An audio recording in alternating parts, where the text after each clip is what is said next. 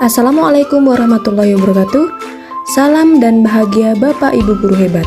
Pada kesempatan kali ini saya akan membahas tentang panduan observasi profiling peserta didik.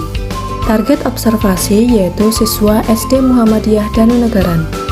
12 aspek yang diobservasi yaitu aspek etnik, aspek kultural, aspek status sosial, aspek minat, aspek perkembangan kognitif, aspek kemampuan awal, aspek gaya belajar, aspek motivasi, aspek perkembangan emosi, aspek perkembangan sosial, aspek perkembangan moral, dan yang terakhir adalah aspek perkembangan motorik.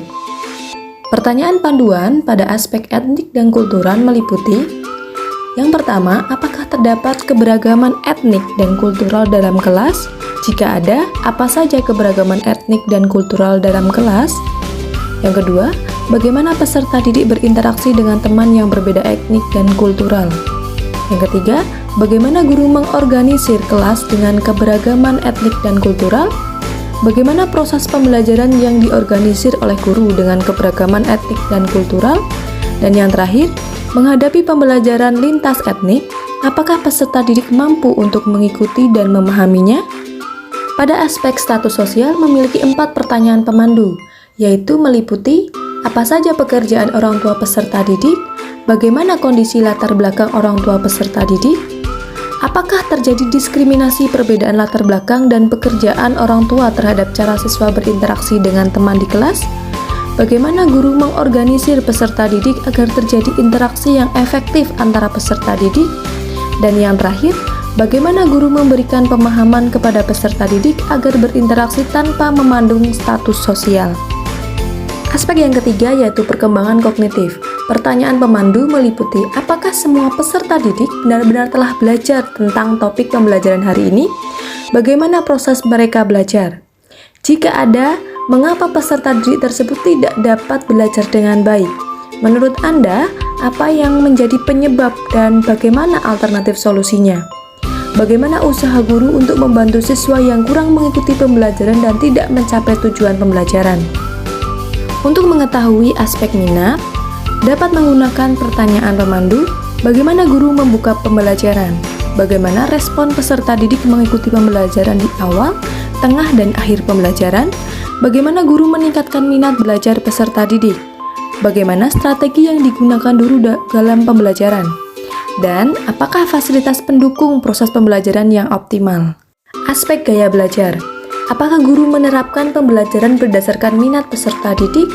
Bagaimana metode dan strategi yang digunakan guru untuk memfasilitasi gaya belajar peserta didik yang beragam? Jelaskan.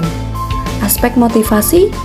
Yang pertama, bagaimana motivasi belajar peserta didik dalam pembelajaran?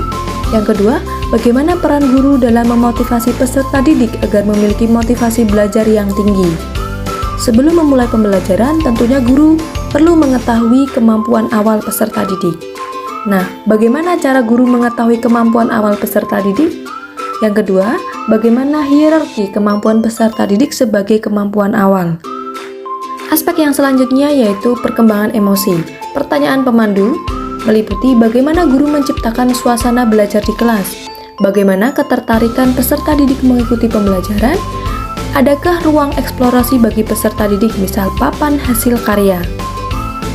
Perkembangan sosial, pertanyaan pemandu meliputi apakah peserta didik selalu menanamkan 5S di lingkungan sekolah?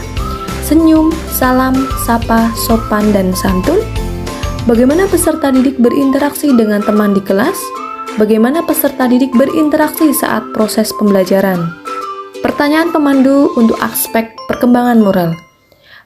Yang pertama, bagaimana peserta didik berinteraksi saat proses pembelajaran? Yang kedua, bagaimana guru menciptakan lingkungan yang menunjukkan nilai spiritual dan moral? Dan aspek yang terakhir yaitu perkembangan motorik.